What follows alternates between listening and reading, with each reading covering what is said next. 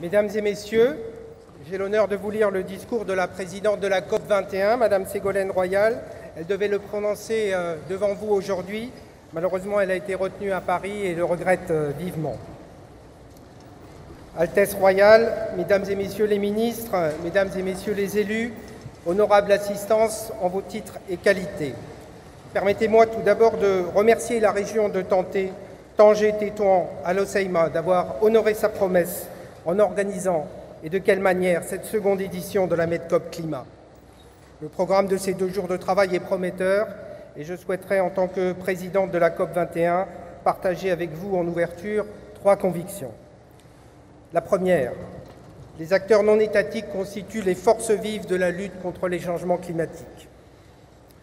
Pour la COP 21, avec l'aide de tous, la présidence française a réussi son pari de mobiliser au plus haut niveau. Elle se réjouit de transmettre à la présidence marocaine cette belle dynamique qui se poursuit. Tel est l'esprit de l'appel de Tanger, lancé d'ici il y a un peu moins d'1 an. La Medcop est un moment clé dans ce passage de témoin, car il s'agit de stimuler un agenda de l'action pour une zone géographique chère aux 2 pays. J'étais et je reste convaincu que l'agenda de l'action est une priorité dans la mise en œuvre de l'accord de Paris. C'est pourquoi la France s'est tant investie pour le structurer autour d'une dizaine de grands secteurs de nos économies. Car les engagements des États ne pourront se réaliser sans un dialogue étroit avec les sociétés civiles, les entreprises et les collectivités locales. Nous l'avons constaté en 2015, la mobilisation des acteurs non étatiques a réellement changé la donne. Elle a permis de créer une lame de fond que rien n'arrêtera plus. Elle nous aidera à tenir nos engagements communs en termes de limitation de hausse des températures et de renforcement des mesures d'adaptation. Un récent forum mondial des coalitions organisé à Rabat par la présidence marocaine a montré que ce mouvement était toujours bien vivant. Il importe maintenant d'accélérer ses effets concrets autour de la Méditerranée. Deuxième conviction, les actions pour mener les changements climatiques sont particulièrement urgentes pour la région méditerranéenne. Au-delà des discussions, il me paraît essentiel aujourd'hui que chacun des grands événements internationaux sur le climat produise des avancées concrètes et opérationnelles, car il y a véritablement urgence à agir, car les effets du changement climatique sont d'ores et déjà à l'œuvre. Je me réjouis que cette conférence ait été pensée exactement en ce sens, et j'invite chacun à contribuer à l'élaboration d'un plan d'action clair, faisant appel à tous et utilisant l'existant pour le porter à une plus grande échelle. Plusieurs sujets me semblent prioritaires et beaucoup d'entre eux ont été mentionnés dans le petit film en introduction. Tout d'abord, les questions liées à l'eau. Lors de la COP 21, plus de 300 agences de bassin ont lancé le Pacte de Paris pour l'eau.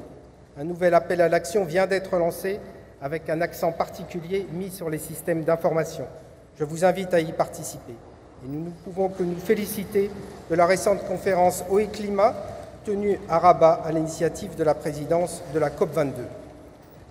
Je me réjouis aussi que la consommation durable et l'économie circulaire soient un nouvel axe de discussion. Cela permettra notamment de réduire l'empreinte eau des diverses activités humaines et d'accroître les systèmes de recyclage. Enfin, avec nos collègues des Émirats arabes unis, dans le cadre du plan d'action Lima Paris, nous avons lancé une alliance mondiale pour le dessalement propre de l'eau.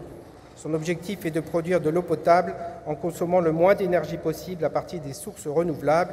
Et là encore, j'invite les acteurs méditerranéens à la rejoindre s'ils sont intéressés.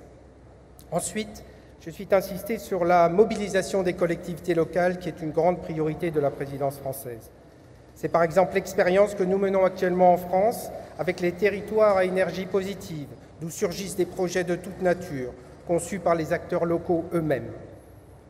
Ainsi, le déploiement de la Convention des maires en Méditerranée est une excellente nouvelle. Elle permettra un accompagnement de la mise en œuvre des politiques climat territoriales, grâce notamment au programme de la Commission européenne.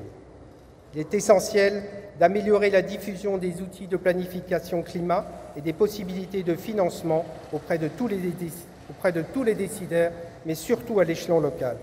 Un exemple, l'initiative Mobilize You City, lancée lors de la COP 22, est dotée de financements significatifs. Elle doit nous permettre de mieux concevoir la mobilité des personnes et des biens dans nos villes. On pourrait citer aussi l'Alliance Bâtiment, sujet primordial de la transition énergétique dans notre région. Enfin, avec la future présidence marocaine, la présidence française est vigilante quant au décaissement effectif des financements climat promis à la COP21.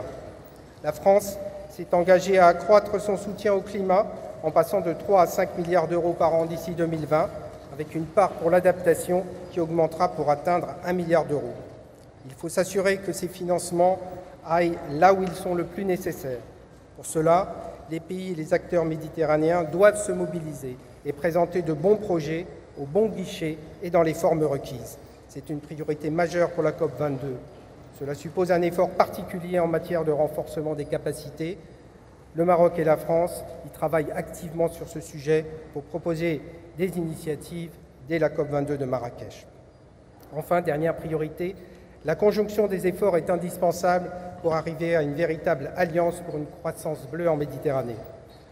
Consciente des fortes pressions qui menacent la Méditerranée, je me suis personnellement investi pour que la France crée un comité de suivi ouvert à tous les acteurs de la Méditerranée, et ils sont nombreux. J'ai souhaité que soit élaboré un plan Méditerranée pour une croissance bleue.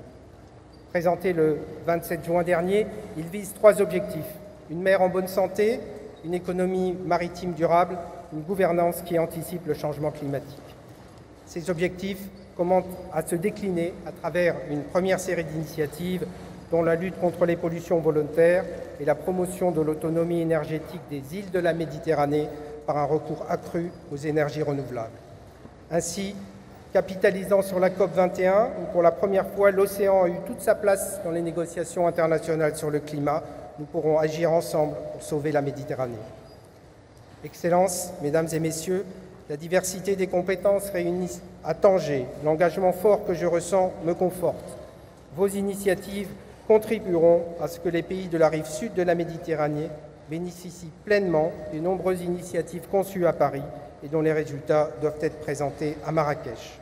Vous souhaitant de fructueux travaux, je vous remercie de votre aimable attention.